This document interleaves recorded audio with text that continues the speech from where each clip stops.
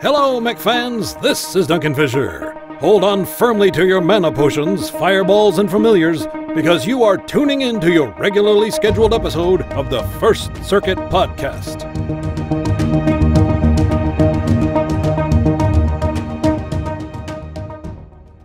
Hello, everyone, and welcome to the First Circuit Podcast 108,000. For today, we have Old Bob 10025. Hello. Ian. Hello. Biter. Blarg. Myself, Lars, the Casual Mechwarrior, and a special guest today, Pajama Boy, aka Ryan. Hi. All right, great. All right, so today's main topic is just going to be with us talking to Ryan today, because Ryan has a special game in production. It sounds like it's a very close alpha. It's not out to the public just yet, but if you guys remember the old school Mechwarrior from Xbox days, it's going to be like that. So, welcome to the podcast. All right, before we start, Oh, I'm terribly sorry for Edit. interrupting. No. God, Ian. Amazing start. Brilliant. All I right. totally screwed up that intro. Before we dive into the deep end, this is going to be a special episode, so don't be confused if you see this going live the same day as episode 107. Yeah. Yes. This is going to be a special episode. We're going to be back to our regular schedule for next episode 109. All right, Ryan, I'm terribly sorry. Now it's up to you. Go ahead and fix it. We got a good flow, Ian. Thanks. No, but seriously though, Ryan, thank you for joining into the podcast. And I guess before we really get into the meat and potatoes, tell us about yourself and what's going on. Yeah, so I'm Ryan, obviously. I work on Wolves, which, as you can see here, I've got open. It's a Mechassault fan game, and the kind of idea behind it is ever changing, really, but for right now, it's kind of just to make people remember. It's kind of like, let's take this controversial game where a lot of people got their start, bring it back, try and play with the sandbox a little bit, make it work for PC, and just see what people think about it. You got a lot of people asking for this game to come back, a surprising amount, to be honest, and I'm all about that. Like, I love to see new and interesting takes on well-known IPs, and Mechassault was very new and very interesting. So, yeah. I haven't really seen too much of Mechassault, but so could you let people know how that was played? I think it's a third-person, more action-styled game than usual. BattleTech. Yeah, that's right. So it was originally fun fact, originally Mechassault was supposed to be an isometric shooter just like BattleTech for the Genesis.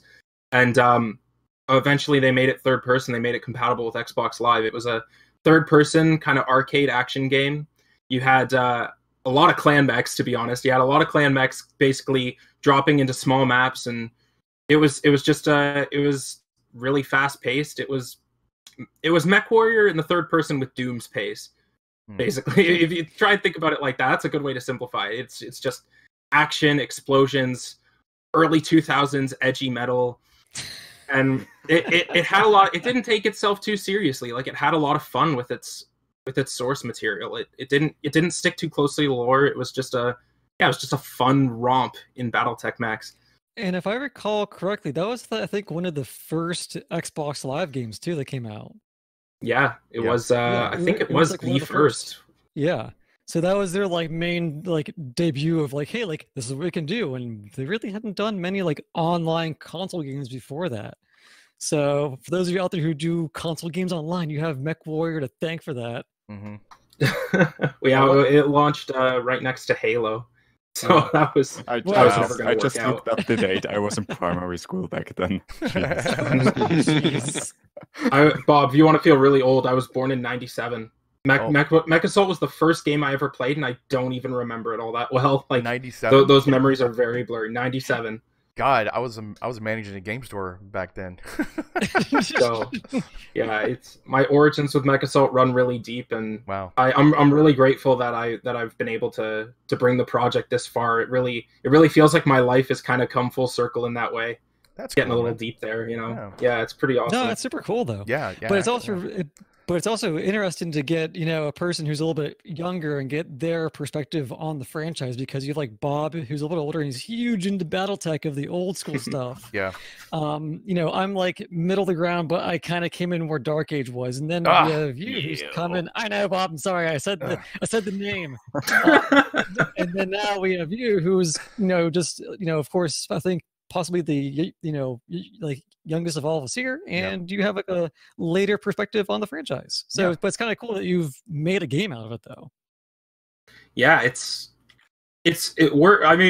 really weird because obviously I haven't experienced it any other way, but Mechassault really turned into a love for Mechwarrior and BattleTech, and I think Mechassault has its place among those games. I have a lot of respect for it and its gameplay. So one thing I was going to ask still, like, didn't it actually have elementals like in it? Once you jump out of your mech, it did, and you use like elementals, right? Yep. No, well, that's kind of a Living Legends thing. You can jump out of the mech and then you're a pilot and you're extremely vulnerable. You can lay little like C4 charges down and stuff, but you can get into there's a custom battle armor, a brand new battle armor that was made specifically for Mechassault, and then there is probably the coolest elemental design in all the BattleTech games. Fight me. Mechassault 2 had a very, very cool elemental. They were kind of useless in gameplay, but they were fun, and I think they're really cool. Yeah.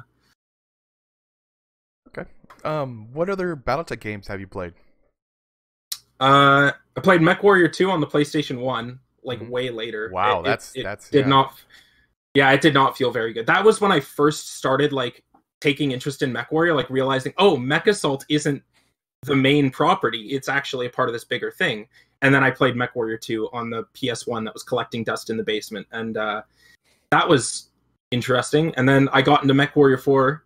Played Mechwarrior 4 Mercenaries, never played Vengeance, but I really enjoyed Mechwarrior 4, just because it felt very familiar. That game is like, you notice a lot of people play it in the third person, and that felt right at home for me. I very much enjoyed Mechwarrior 4, been meaning to play it again, but I can't get it to run. And of course, I still play Mechwarrior Online regularly. I love Mechwarrior Online. I play it a lot. I encourage the community to play it with me. Sometimes we do sync drops together. And now Mechwarrior 5. I got Mechwarrior 5 pre-purchased. I'm going to be playing it on the day after this comes out. So, yeah. Cool. Awesome. So I want to ask, on Mechwarrior Online, do you play mostly Clan or Innisphere tech? It kind of changes. Lately, I've been playing a lot of Innisphere tech.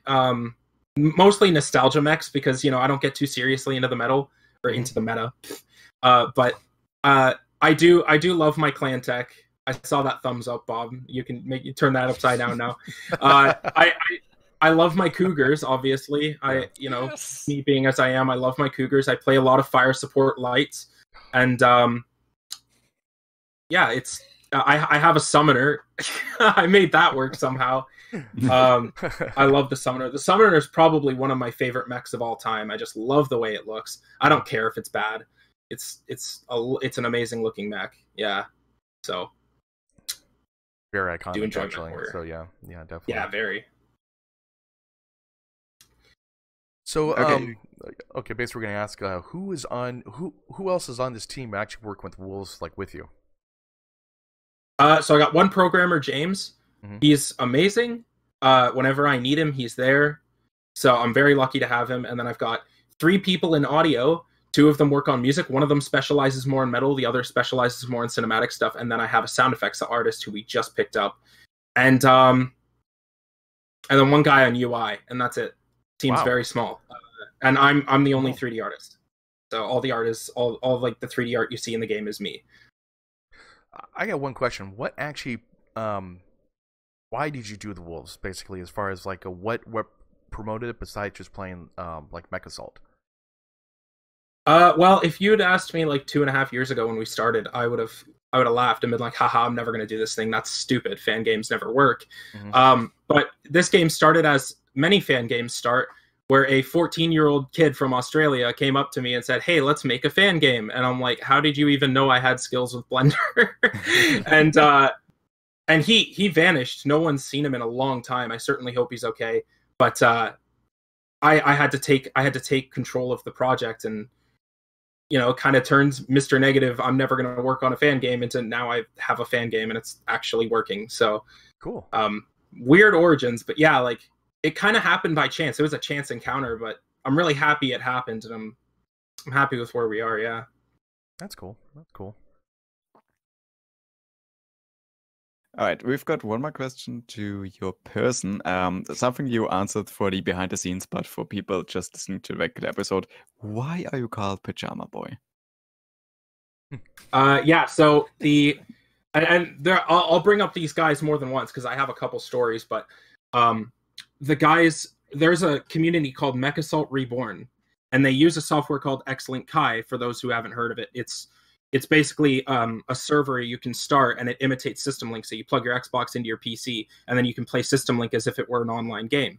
And they still play Mechassault regularly. And we were playing together, and we were on comms, and I was literally like, okay, guys, hold on before you start the next game. I'm going to throw on some pajamas because these jeans are really tight. And then it was like, oh, yeah, hey, Pajama Boy, and that was the end of it. I mean, I've been Pajama Boy for 2 years now. Nice.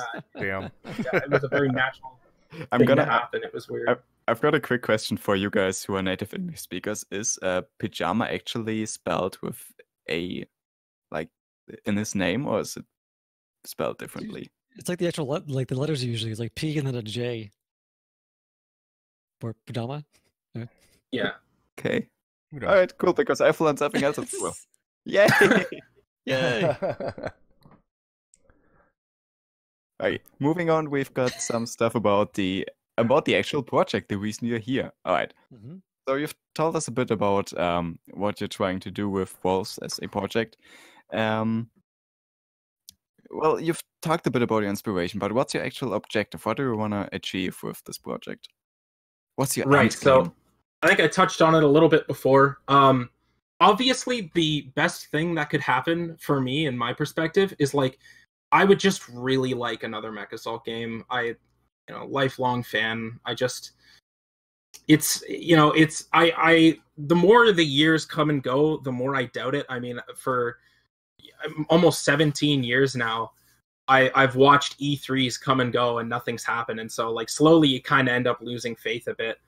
The end game is just to reconnect with the community a bit and get people talking about Mechassault again. And for all I know, it may never happen, and if so, this game will be kind of like a last hurrah, kind of like a goodbye, but at least it would help us all get a little bit of closure with the franchise, because as far as we were concerned, Mechassault 2 ended on a cliffhanger. We thought we were getting another one, and it didn't happen. So like I said before, the objective is kind of ever changing, but the goal ultimately is to rebuild the community a bit and just get people talking and playing a fun game. Yeah. Okay, so do you have any intent to potentially market the game, or is it just a passion project? It's just a passion project, and that's for legal reasons. We have to, as Mechwarrior, like the rights to distribute Mechwarrior games is a Microsoft thing. We follow Microsoft's game content usage rules, which basically means nobody involved with the project can ever turn in any income. There's no money involved. It's just like people come on, we all work together, we do this thing for free, and then it'll be available to everyone else for free to play and enjoy without spending any money. There's no personal risk in playing Wolves, which is pretty cool. That's really cool. Yeah. All right, Lash, your question. Sure. So, I guess one thing that we're also kind of curious about is that, we know you are, building the game. It's going to be out for us to play, but what is like the loose, storyline if you have one? It's like, so I guess like, what is your focus? Is it going to be like, a campaign driven? Is it mostly just, one-time drops? I mean, what are we all looking at? So the goal with Wolves right now is just to produce a multiplayer game. It'll have a few game modes. I do have a little bit of like head lore. It takes place right at the end of the Jihad. The Word of Blake is defeated by the Wolf Dragoons on Terra. I know, don't cringe. That's the Mechassault lore. It exists in its own bubble. So anyway, as cringy as it is, I've got to reiterate. The Wolf Dragoons defeat the Word of Blake on Terra, and then I know I hear you laughing. And corner. Anyway, I'm just thinking when the Wolf Dragoons kind of annihilated by a certain nuclear bombardment. yeah, I mean, the Wolf Dragoons were super weak in Mechassault. I think like the idea was like that you're like the last Wolf Dragoon, which is kind of absurd in itself, like the last operating Mechwarrior. But no, so the hyper pulse generators go down, and you know you've got this.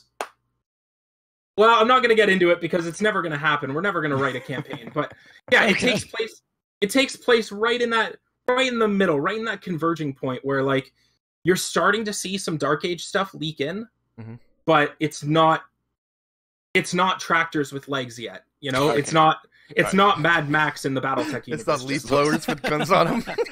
So you're saying it's actually in that really nice spot. All of the craziness of the jihad is gone, but the storyline hasn't been going downhill yet.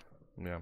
No, it's in that area. Yeah, where you can kind of ease into it, where it's not like a cigarette to the forehead, kind of like burning. Like, oh my god, we're in this now. It's not like sudden pain. It's like, no, we're gonna ease into it.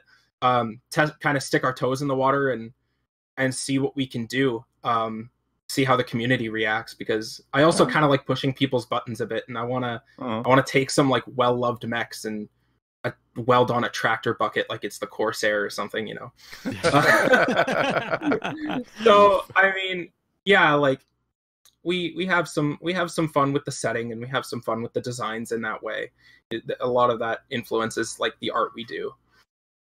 Well, actually, you could make up any type of campaign lore like you want to as well, too, because there's a lot of different things going on.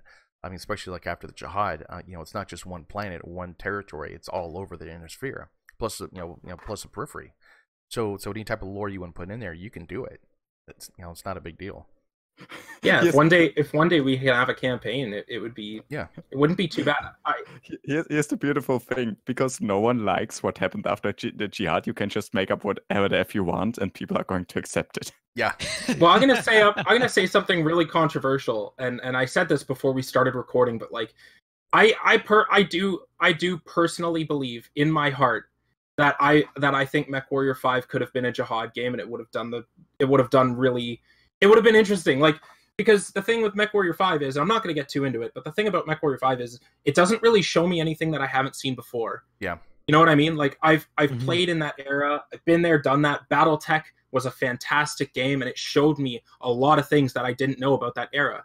But I just had that experience. It's like, to be honest, I really want to see PGI do the Raptor 2, because I love that mech, and I think it looks great. And I would love to see that in Mechwarrior 5. But in order to get that in Mechwarrior 5, it would have to be in the Jihad.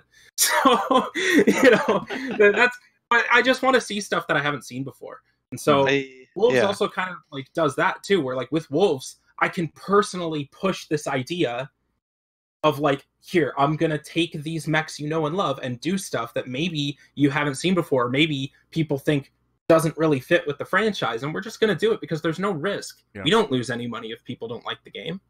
Yeah, there it is, the Raptor 2. I love it. You had mentioned earlier, though, at least in terms of storyline, I don't think it's necessary to go anywhere. Like you mentioned, Mechassault 2 kind of ended a bit on a cliffhanger, and at least as a fan game, this is as you mentioned, the final hurrah. So if you ever got around to writing a story, I imagine you want to have some big final, thing that just wraps it all nicely up with a bow. You don't want to end in your own cliffhanger. Well, here's the thing. It's not my job to finish that story. No. It's not my job to finish the story of the Wolf's Dragoons. They exist in their own bubble, and if anyone ever picks up the franchise on an official capacity again, I want them to be able to start there with clear heads and just go and have fun with it. Write the story they want to write. If I were writing a campaign, I'll tell you a little bit of my headcanon. In Mechassault 2, the Dragoons end up on Northwind, and they free a bunch of Northwind prisoners from a Word of Blake prison camp. Really basic stuff, like you write it down in 5 minutes kind of stuff. What would one of those mech warriors in the prison camp, what would he do? Like how, after being freed, in what ways would he be inspired to act, right? Like what would he do? And that sounds silly, like that sounds ridiculous maybe, but like it exists in that Mechassault bubble where you can do whatever you want. So, okay, the Word of Blake is gone and the Wolf's Dragoons are missing and nobody can communicate with each other. what do? Maybe you hear this legend about this Mechwarrior that single-handedly took on an entire Word of Blake army. Like, maybe you want to seek him out. Like, you know, there's a million different things you can do. And I think that's where I would take the story. Because it's not my job to finish the Wolf's Dragoon story. That's going to be the job of whoever picks up the franchise, if at all, in any official capacity next. Yeah, there's like so much story inside the game itself. It just doesn't, you know, like I said, it just doesn't happen on one planet. It's all throughout the interference. There's a lot of different stories going on that's behind the scenes, or secondary things going on besides, like, you know, Krita attacked Davion, you know, based on these planets. But like over in Lao territory, there's something going on. Like the Wolf Dragoons appeared there, and because they want to go attack some, you know, some like manufacturing plant to get this part or something like that. You can make up anything you want. And that's what's cool about the universe. And when I do my RPG games, the same thing. I make up anything I want, but I try to keep a little bit like into the storyline or canon basically. But I modify it just a little bit based on what they might think what's going on, type thing. So yeah, do anything you want, man. That's awesome. You could do that though. Yeah.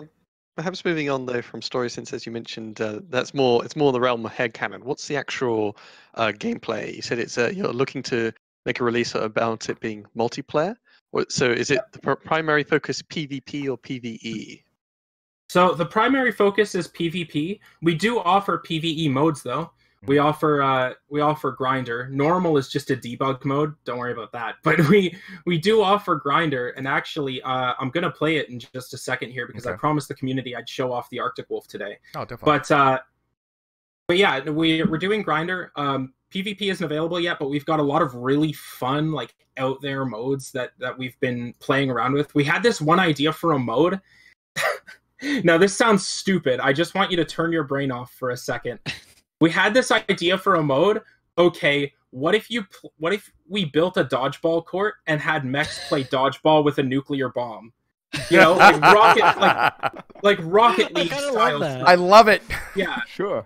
Yeah, like Rocket League style stuff, like having fun, and that's kind of. Oh, also we have fun with our skins too. We have there's the Arctic Wolf. We have the pizza skin, which puts pepperoni pizza on the Cougar. Cool. Yeah.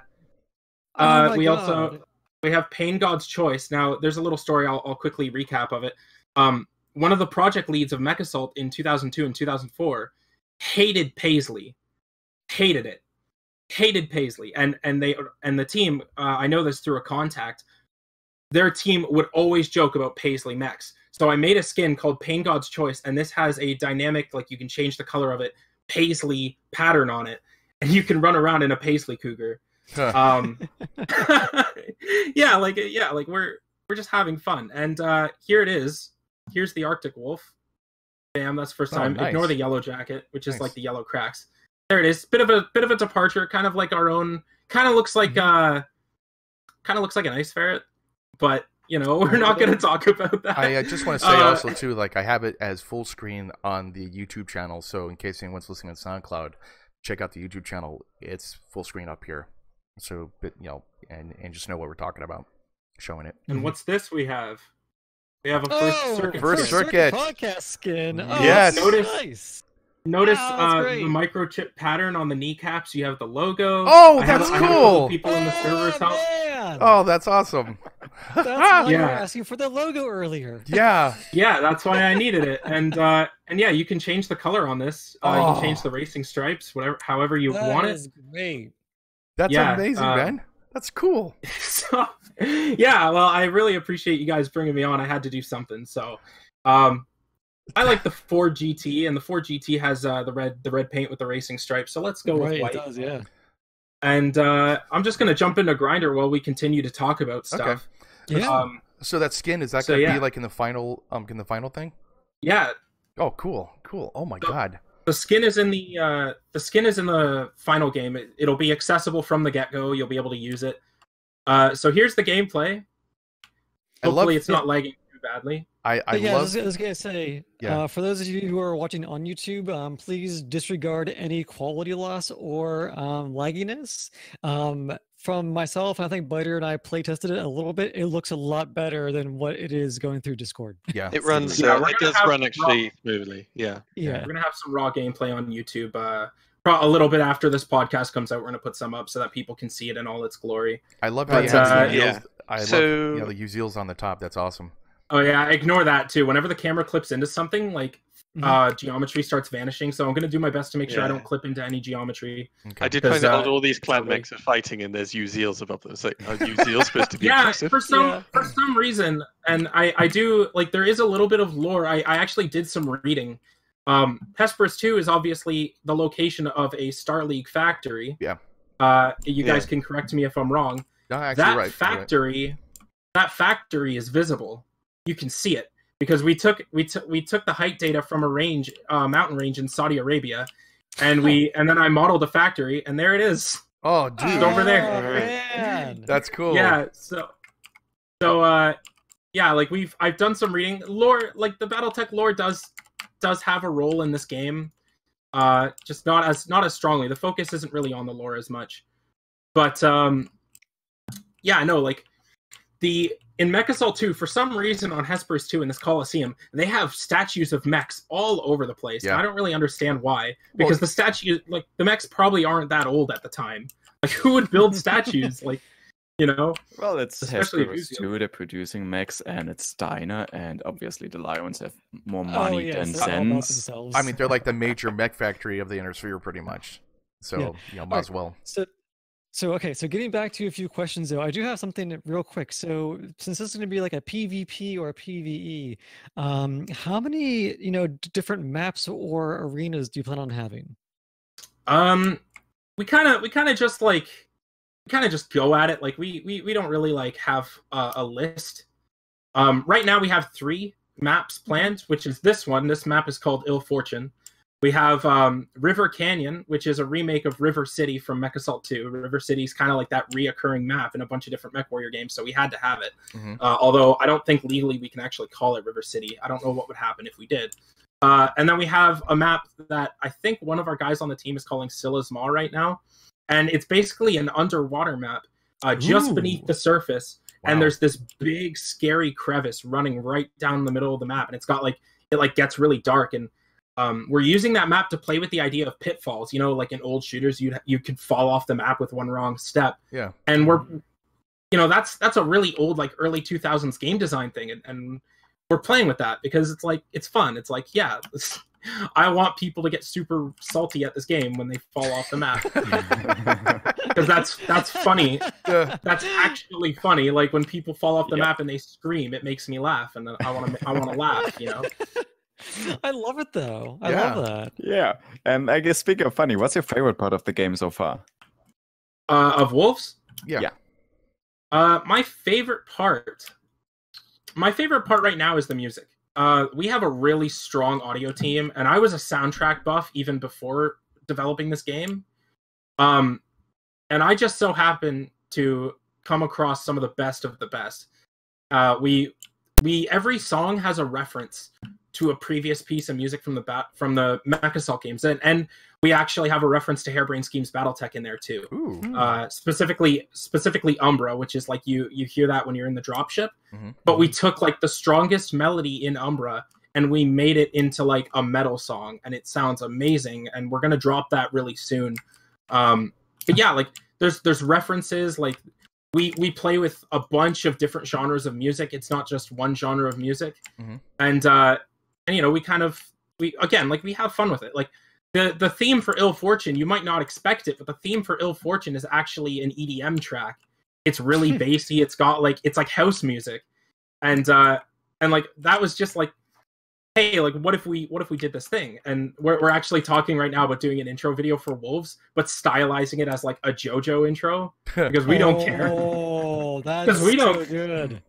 We don't care. We're gonna do whatever we want, Like who says we can't do that? I love the whole mantra of we don't care. We're gonna do it because this is a fan-made love project, and I love when people do that. Also, here's an Easter egg. Totally not explosive. We swear. That's awesome. I mean, hey, I shoot it and nothing happens. That's no lie. That is definitely no lie. So, how's the gameplay pan out for this game? Basically as like is it harder than Mechwarrior Online, or based on looking at now, it looks pretty easy. But are you gonna make it right harder? now it's PvE, Yeah. but PvP, everyone is using the same level of equipment. At least I hope so. You're not running around in the Atlas just stomping everyone else who is stuck in locusts. Yeah, mostly just because we don't have a model for that yet. It's just the Cougar and the Arctic Wolf right now. But I'll tell you that as far as like shit, what was the question again? Go ahead and give me the clip notes of that question again, because I was going. Okay, so there's a lot of angles we could cover with gameplay. So first, there's a whole wide selection of mechs, but how would you balance that? Because obviously, 100-tonner like an Atlas will be a lot stronger than even just your Cougar or Arctic Wolf. Right. Yeah. Well, actually, I took a bit of inspiration from Mechwarrior Online with some of the balancing. So, for example, in Mechassault, the Cougar was like the all-rounder. In this game, we weakened the armor a bit, and it generates way more heat. The Cougar is toasty in this game because it just has a good suite of weapons. It's got an autocannon. It's Mechassault. Remember, the autocannon's not specific. It's just an autocannon because the autocannon serves multiple roles. It's got pulse lasers. It's got 2 LRMs, which LRMs are super strong, and you can use them when you're right in somebody's face. It's a good mech, and we play around, and it comes down to satisfaction. Sometimes I'll be up one night saying this doesn't feel right, and then all of a sudden the Cougar's role is completely different. And sometimes we completely break away from what's established in the lore generally. I don't know if you noticed, but the Arctic Wolf is firing 2 Gauss rounds, and it wipes the Cougar. If you level these Gausses up to level 3, you can 2-shot the Cougar. And that's all. The game is balanced around the salvage. You go and you pick up salvage, and it lowers the time to kill as you upgrade. So when you spawn, when you get a kill, the enemy drop salvage, and that actually upgrades all your weapons. Yeah, let's go more into that. There's a fair number of pickups available in this game. Yeah. So ignore that real-time light. That's a bug. But right now, the mechs, I already picked it up as I walked through the explosion. All right, let's start with this, actually. Let's start with this one, because this is a new type of salvage to the game. It's using the health model right now because we don't have a model for it yet. But this is armor salvage. You pick it up, and you can tank hits. Notice the Cougar, when it does hit me, this is the Blood Adder variant, but when it does hit me, it doesn't do a lot of damage because I have enhanced armor for a certain amount of time. And we actually used some inspiration from Halo 3. I'm a big Halo fan. And we used some inspiration from Halo 3's equipment system where you pick something up that's on the map. And yeah, see, I'm barely taking any damage at all. You pick something up that's on the map and you can use it, and it's all about interacting with the map instead of whereas in Mechwarrior it's you build a mech and then you interact with other people's builds that way. The map plays more of a role because the map has salvage on it. Okay. And so when you spawn in this game, it's first and foremost a fast-paced third-person shooter. You have to get that part right before you can make a good BattleTech or Mechassault game. It's we had to put stuff down on the map, set a respawn timer, and then when you spawn, ideally in multiplayer, it's a race to pick up all that salvage, because the more salvage you pick up, the deadlier you get. And you can have that advantage on the other team. That's a great idea, because I know earlier today, whenever I was playtesting your game, one, I really like the map and how it looks so far, but there's always that, back of my head, I'm thinking of Mechwarrior Online, and I'm like, wait a minute, when's the NASCAR going to begin? So I think having that salvage in there is gonna not have the NASCAR begin, because you're going all over the map to collect things and not trying to go in that full rotation mode, which is great. Yeah. Exactly, the NASCAR and Mechwarrior, it exists because the maps promote that kind of play, because there's nothing dynamic on the map that leads you to one area. Yeah. On this map, we have 3 areas, and you might have caught a glimpse of a couple of them already. We have the gates over there. We have the Talon class dropship, which is just a blockout right now, but this is the Talon class from Mechwarrior 4, and it's going to be crashed here, and this wall is going to be knocked down, but I have to do it. Okay. Cool. And then on the other side of the map, we have a platform with missile salvage on it. Each one of these places are a hotspot for salvage, but not as much as in the center. So if you want the best salvage, the center of the map is where you're going to go. And notice the center of the map has a lot of cover. Yeah. This is a playground for jump capable mechs. If you have jump jets, you're going to be really strong in this area. And so that also applies to the balance of the game. Is you have to make areas where jump jet mechs have an advantage, and areas where mechs like the Atlas, slow lumbering assault mechs with not a lot of maneuverability have an advantage. You have to get that balance dead on. Otherwise, the map's just going to feel like garbage. Like Nice. it already does, because I'm getting caught on things. I have to smooth that out. Like there. So work in progress. This is all very good. So then one thing is that when the game is going to be released or is released later on, do you plan on making any kind of like manual or like a walkthrough guide, just so people have a way to get in, so they're not just dropped into a new game with no anything behind it? I haven't thought about that, to be honest. No one's really asked for it. The community stays pretty quiet. We got like 300 people in the Discord server, which honestly isn't much, but like nobody really asks for stuff. They're just happy to see the game. It's like, but I would be totally up for like having some kind of manual, or like maybe having like an in-game index where you can like read what every kind of salvage does or something. Yeah, exactly. Because me and Lars probably had that problem where there's things on the map that you could pick up, but we had no clue what any of them did. No, it was really cool. So, that's an area where we could improve for sure. And typically, whenever I think like 1990s, early 2000 like Xbox game, I miss the days of like actual manuals to open up and go through all the photos. I miss it too. Yes, I miss it too. So and honestly, there's funny things like you said, kill the enemy and pick up their salvage. Well, they kind of explode, which meant I kept my distance. Yes. You can't just rush in there. Sure. Like because it stops you from face hugging, because you could like I'll go ahead and switch mechs here. You can totally just pull out machine guns. Let's play as the Blood Adder. The Blood Adder is temporary, by the way. It's just a variant of the Cougar with a PPC. It's just debug stuff, but it uses a skin. So anyway, here I have the machine gun, slow rate of fire, but I could face hug somebody. But if I want to like get their salvage right away, like if I'm trying to cheese it and get their salvage right away, they're gonna explode and totally kill me, and I will be dead, and then the salvage is useless. And then I'm giving salvage to the enemy. So when you get a kill, you've got to walk away, let them explode, and then come back up and collect the salvage. So you can't just like cheese people. It really promotes gameplay that I perceive to be bad. I do have a question. How many people can play this game at once? We're shooting for like the usual like console shooter numbers, which is like 16 players. Biggest team would be like 8 versus 8. But like traditional ranked modes would probably be like ideally like 4v4, and you get respawns, and it actually, like, the idea we use Halo for a lot of inspiration, because here's the reality of it. Halo and Mechassault came out at the same time. Halo got it right, Mechassault didn't. You can't make a game if you don't know what other ones did right. It's like, why did Halo crush Mechassault? Well, they had better online services, even though it came out later. Halo 2 absolutely decimated Mechassault 2.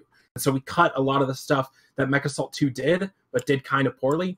And those are the kind of decisions that go into it. It's like, as far as like how many people can play the game at once, it's like you can't put too many in, you can't put too little in. It's like you gotta get it just right. And the easiest path to take for that is just to say, okay, here's what Halo did right. This is kind of a similar game, so let's try it out. And if it doesn't work, we can always change it. It's very easy to change. It's Unity, right? The Unity engine's very easy to work with. Yeah, it's like, so we use that as the baseline, and we go from there. Even some of our maps use elements that you see in Halo and not so much Mechassault, just like the pitfalls, like I mentioned earlier. Now, in terms of gameplay and player, and I'm just getting the game hosted. Is this gonna be like server based? I mean, like, where's it going to be hosted for people to go in and play this? Well, the hope is to have a server browser, but we're probably going to have because dedicated servers are expensive, and I'm kind of broke, so we're going to have. It's funny till you need to buy Mechwarrior 5 and you have to wait till like days before it comes out.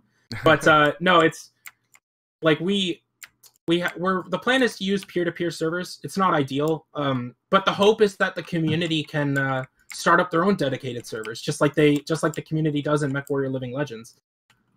You get dedicated servers going, and people can do that themselves. It's really up to the community how they want to play the game. We just want to give them the tools to do that. So we'll see what happens. I know this more up to the community than it is to me. I know the next question is probably gonna piss off Microsoft, but like, can you actually get Patreon to go ahead and fund some things for this, basically without actually making I guess marketing or making money like off of it? I think no. Well, yeah, no, like we can't do anything that would turn profit. Like the game content usage rules, it's funny because they were never written for fan games, but fan games have started really cropping up over the past couple years when again, I'm going to reference Halo because the Halo community has been in the forefront. They have like high quality AA games like Installation 01. Shout out to those guys. They're great. And Project Contingency, you see those games. If you haven't seen those, look them up because they are high quality games made by the community. And that inspired a lot of people to start making fan games, even in the BattleTech community. Shout out to the guy making Mech Doomer. Mech Doomer is awesome. I saw that the other day and I was like, oh my god. It's Mechwarrior 2 in the Doom 2 engine. And it's very funny. If you haven't seen it, look it up. It looks great. But yeah, no, there is a push over the past couple of years to make games and make games with the community. The community's making games. And there's been a push for that. And you know, Microsoft and all the other IP holders are watching, and so it's like we're following those content usage rules to the letter. Like, I don't want to do anything that would generate income, even if technically it follows the rules. Well, I know that. My point is, I got into kind of a tangent. My point is that Microsoft's game content usage rules aren't they're not designed for fan games. Fan games are a recent thing. Well, I know, people do mods and stuff like that. Then they also have when support me doing mods, you have a Patreon account or something like that. Go ahead and support them, and that's what I was curious about. That's all. Yeah, some people risk it, but I want this game to come out. I don't want to do anything that would make them angry. Like a cease and desist or something. Yeah, no, I really don't want that because I like I said earlier, like the longer time passes, the more I'm unsure if Mechassault is ever going to come back. If this game gets cease and desisted, no one's talking about Mechassault anymore. It's going to fade away. Yeah. And maybe to some hardcore BattleTech fan, that's for the best. But like for me, it's like, my people's perspective, fans' perspective matter. It doesn't matter what BattleTech game they like. It's like, if you like something about BattleTech and want it to come back, that's valid. And it's like, I want this game to come back, so I'm not going to take any stupid risks. Yeah, the more they don't want to involve any money because, if their lawyers think they can get away with it and just, start trying pressing you on that matter, then you're screwed. But if there's no money whatsoever involved, then it's a lot easier to just have them laughed out of court or anything like that, and so they don't bother. Yeah. I mean, basically anything for BattleTech. Doesn't matter, if it's a story someone writes or a game that someone creates, like a fan-based game. I'm all for it. I don't care what it is. I mean, even Dark Age, I really don't care. Basically, it's so much better to get more people into BattleTech itself and the next generation. Now, you talked earlier, just to return to gameplay, about this game came out at the same time as Halo 2 did and whatnot, and we're trying to remove aspects that didn't really work with it so well. I'm not very familiar with the game, but I know in Halo 2, for example, there's a lot of visceral feeling to the combat, when you get a double kill, kind of things like that. There's a lot of touches to this arena style stuff that really helps liven up the gameplay. What does Mechassault offer? In my head, I'm almost imagining things because it's machines and robots, if someone's using their Gauss rifle, you could just shoot off their arm with the Gauss rifle on it, and they have to go and find salvage to replace it. Kind of things like that. What makes the combat visceral in the Mechassault game? Well, who knows if visceral is really the right word, but what I would say is that Mechassault... Oh, rip. I don't know what that was, but... we're having some connectivity issues in Discord right now, so don't mind him. He's going to be back. Anyway, Mechassault... What makes Mechassault interesting and different, or maybe different isn't even the right word, but what makes it unique is we live in a day and age, especially now, where shooters are getting more and more complex. What Wolves and Mechassault by extension offer is just a really simple, down-to-earth, nostalgic shooter experience where it's you don't have to worry about sprinting or wall running. It's you just get in a mech and you destroy things, and there's explosions and there's rock music. It's you can shut your brain off and play this game, and that's not to be underestimated. It sounds like a bad thing on the surface, but that's actually at least in my perspective, there's a place for that. There's, some people just want to get home from work and not dump hours and hours and hours into complex systems when they could just look at a bunch of explosions and listen to good music. It's that's the kind of niche that it provides.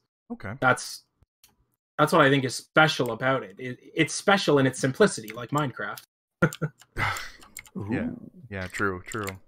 That's cool. I like the concept, actually. One of the things I was curious about is once you finish a match, do you actually carry over as far as your salvage and everything, or does it like you got to go play like every single one to get more salvage? Well, that would that would mean, you know, Bob, if I'm playing Mechwarrior Online, it's just getting more and more powerful in between every single match. Well, you know, become a god. if we had a campaign, I'd like the idea of picking up some amount of salvage, but like as far as progression goes, like, you know, it's just a simple multiplayer game. Like, we might have a ranking system, okay, but it wouldn't really go much further than that. It doesn't share a lot with Mechwarrior, and I'm dead. Nice. All right. But yeah, no, it doesn't share a ton with Mechwarrior in that way. Okay. If that's the experience you're looking for, like I said before, like we do encourage our community to go and play Mechwarrior. I'm very open. At first, I wasn't sure about Mechwarrior 5 after the Epic thing, to be totally honest. But like, I just don't care anymore. You know, I just want to play more Mechwarrior, and it's like we encourage our community to do that. If you're looking for that experience, Mechwarrior 5 is coming out and it looks great. Yeah. Wolves isn't going to be that kind of experience where like you're picking up salvage and it's like simulation. Although I would love to see some of the more hardcore people run like role-playing matches in this and see like what kind of gameplay you get, because that would be, I mean, to me, like that's just like a morbid fascination. It's like how are people going to interact with the game uniquely? I have picked up 5 pieces of salvage. I'll now go back to this little mech lab and I shall strap on an extra mech on top. There we go. Strap on Dark Age parts. You take damage and you strap on a tractor bucket. Oh god. Oh man. Oh, the Cougar lost an arm. Well, we don't have an extra arm. We have a tractor bucket though. Oh yeah, throw that on. You know. All right, this has been going downhill. If you don't mind, I've got some things I wanted to ask you about your workflow and your tools. So Please I would do, like to switch over since we are at 45 minutes already. Okay. Time is flying. Okay. Wow, that was flying actually. Yeah. Go ahead. Let's start with something kind of open-ended. What's your favorite part of the work that you personally have done for the game so far? My favorite part? I actually really like making up the high polys. Because the high poly workflow is basically when you sculpt the mech. Well, sculpt is the wrong word technically, but like you create the mech with every single detail. Every detail. You spend maybe 2 months on the mech doing everything you possibly want to do to it. I love that process because we don't have a concept artist. And so I can just go into Blender and throw some shapes down and it kind of forms it, and it all comes from my head and like what little reference pictures I can find. Because searching for stuff BattleTech related on Google Images actually doesn't yield many results. So you got to find some like decent reference out there. It's tough, but like I love doing that. That's my favorite part. My least favorite part is what comes after, which is the low poly workflow. I hate low poly workflow because you're basically doing everything you just did, but without all that detail, and you've got to do like a bunch of calculations to figure out, okay, what should I bake as normal maps, which is commonly confused for bump maps, by the way. Normal maps is like details that are baked into the mech, like lighting information.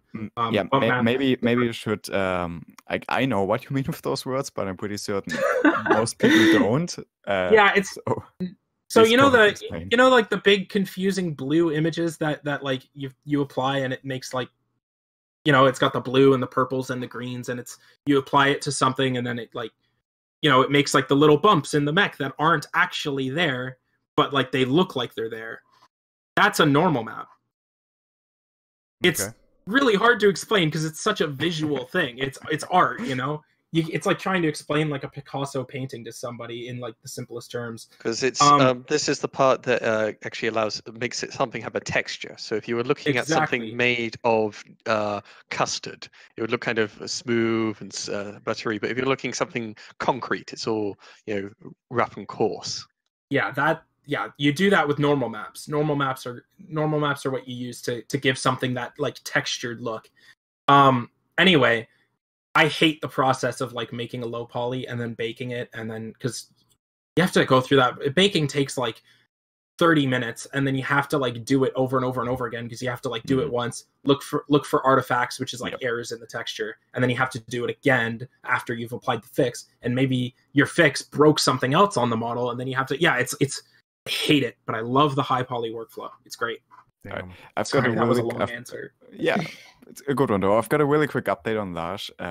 Discord is having issues, messages are not getting through, and Lars is one of those users who can't connect right now. So he's not going to be back for this episode. Oh, okay. Right. Or Lars. You've kind of already talked a bit about the tools you're going to use, but can you elaborate a bit? What tools do you use, and what tools do you know your other team members use? Yeah, so me personally, I use Blender for all of my models and animation. We use, for some environment stuff, we use World Machine. World Machine is really cool. It's a software that lets you procedurally generate terrain. That's super realistic. It's awesome. I love it. I use Substance Painter. Substance Painter is my texturing tool. It's really powerful. If you don't know how texturing works, it's really cool to look it up and see how it works. It's awesome. It blew my mind when I saw it for the first time. We use Unity. We use Unity's high definition render pipeline, which is basically just a more powerful version of Unity's lighting engine, and it changes up the workflow a bit, but it's for the most part pretty similar. It's a new system, so it has its kinks, but we make it work. And yeah, like that's basically it. My programmer does all his programming in Visual Studio. And somehow we make it work. We have a Trello too. We manage all our tasks with Trello, and cool. Yeah, we love it. Trello is great. So make a lot of memes on there. I mean, that's the main purpose of software like that, right? Mm-hmm. All right. How have you actually learned all of the skills you're using for this game?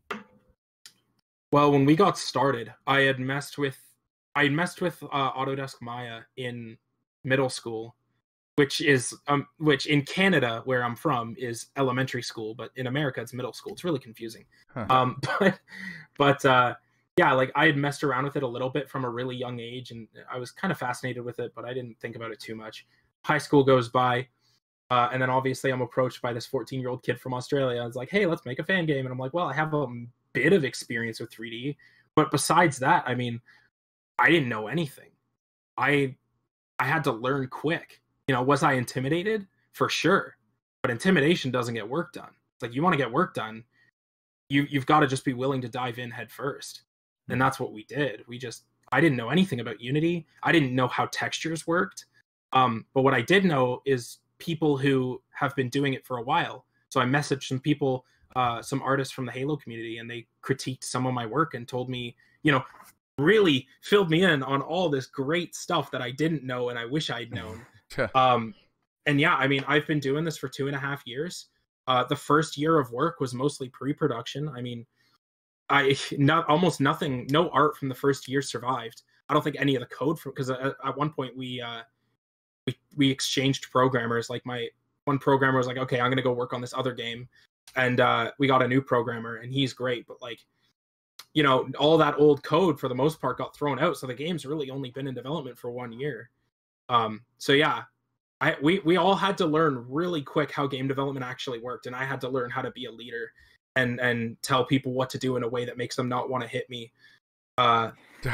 So yeah, I mean, another podcast we had someone on. What's a pixel? Yeah, no, what's a pixel? Oh my Mitch, God. Mitch Jordan.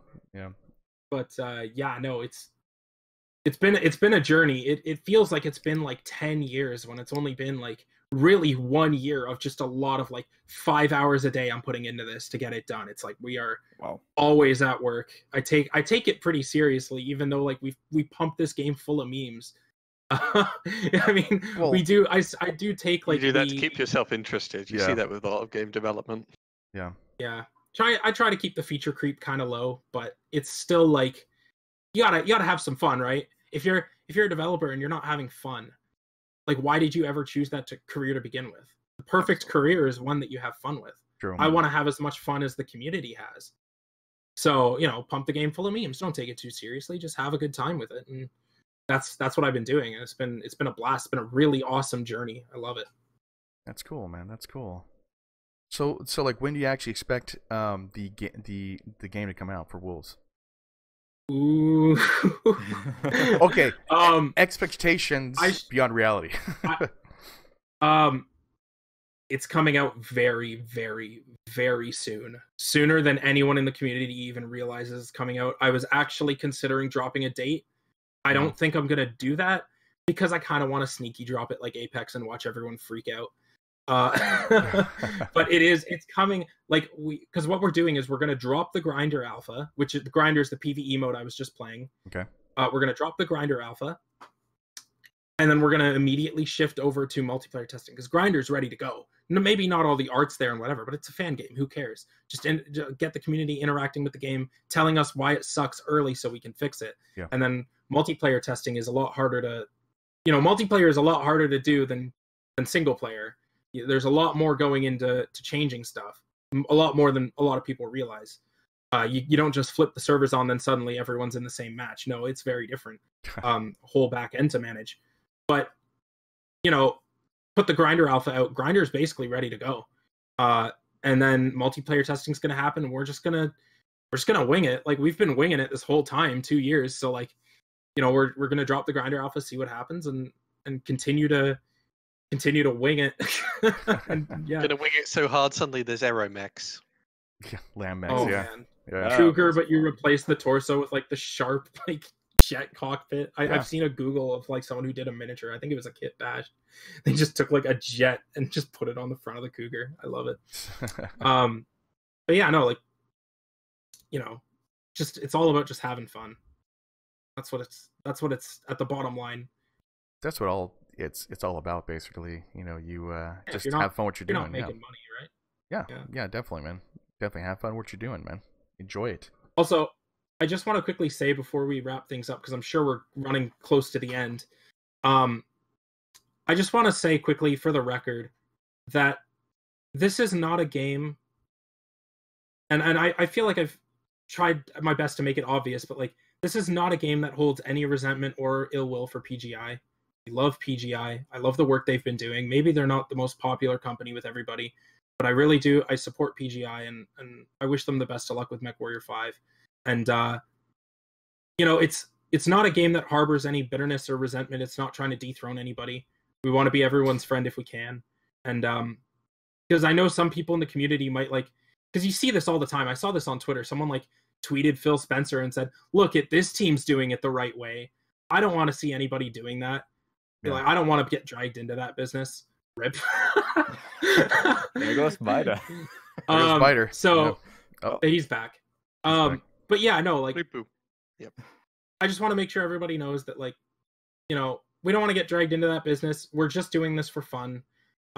Definitely support the official releases. We actually have that right on the first splash screen you see when you open the game. It says, please support the official releases. Cool. Because I really believe in that. I want to make sure that, Mechwarrior continues doing well. Because Mechassault's fate is intertwined with Mechwarrior. If Mechwarrior fails and we don't see another game for 20 years, why would they ever bring back Mechassault? Yeah. It's the same IP. BattleTech's like a house, and we're all just living in it. But when the rent's due, the rent's due. And if you don't pay it, you're out on the road, Yeah. It surprises me how much the inner sphere of the community actually is. We're always fighting about stuff. It's like, no, be a community. The rent is due, my man. We're always infighting. But yeah, no, it definitely, just wanted to get that out there for the record, because no problem. There is a lot of negativity about Mechassault, but also about Mechwarrior and the way PGI has been doing things. And it's like, man, I look at that and I just see a bunch of people doing their best, and I support them for sure.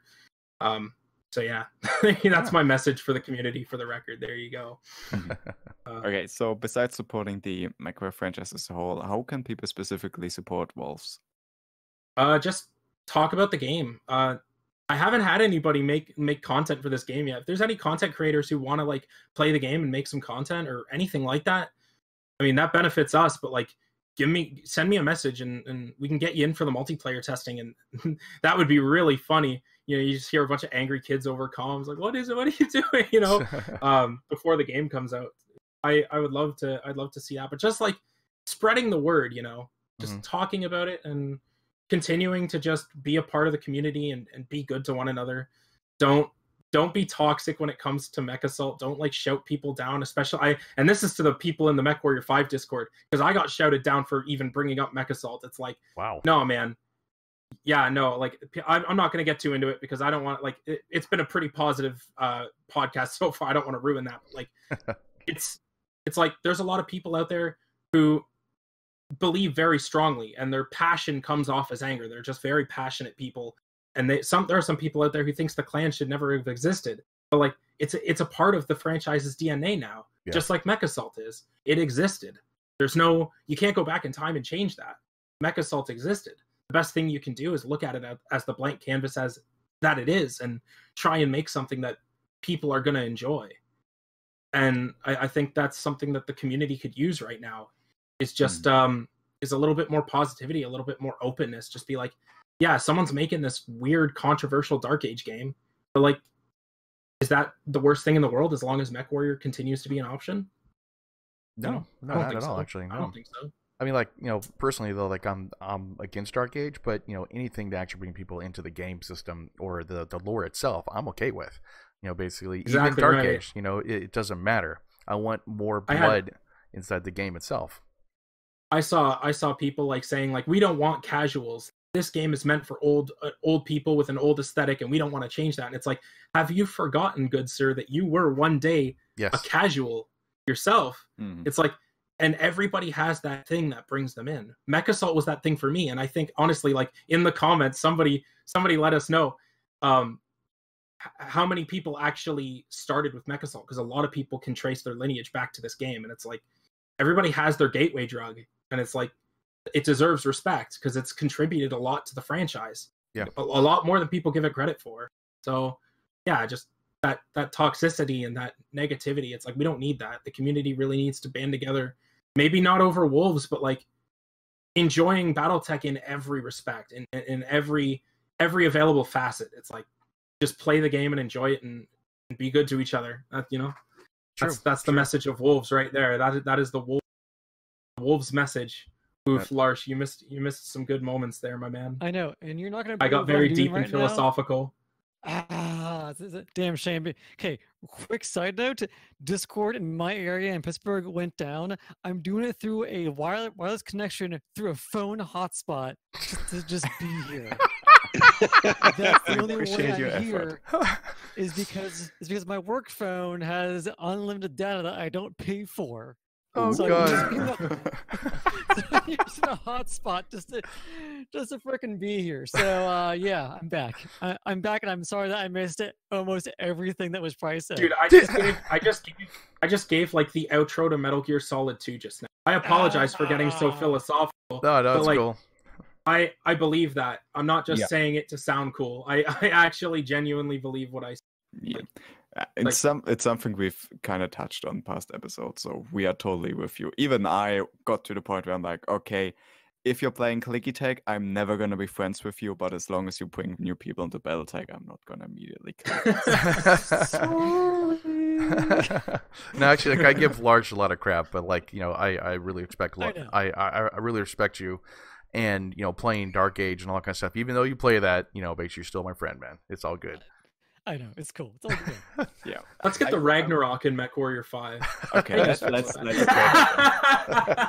But yeah, I really like this message. I think this is an amazing message to kind of overarch this episode. It's a good note to end on. Everything that helps Mechwarrior is a good thing. Yeah, and if you're a fan of Mechassault and you're just into the power fantasy and not into the lore or whatever, I said this on Twitter with the Wolves account, but you're still a fan and you're still valid, and you should be proud about what you enjoy. Yeah. Don't let anyone talk you down, man, because I've had people try and talk me down, and it's not good. It's not a good look. And to let everyone know, I will actually leave all the links down below. In fact, I'll talk to you later on about that too. Yeah, I appreciate it. Yeah, okay. I'll make sure to get you all the links you need. But cool. Okay. Yeah. So with that, we have our special guest, Pajama Boy, aka Ryan, and that was the Wolves game based off of Mechassault.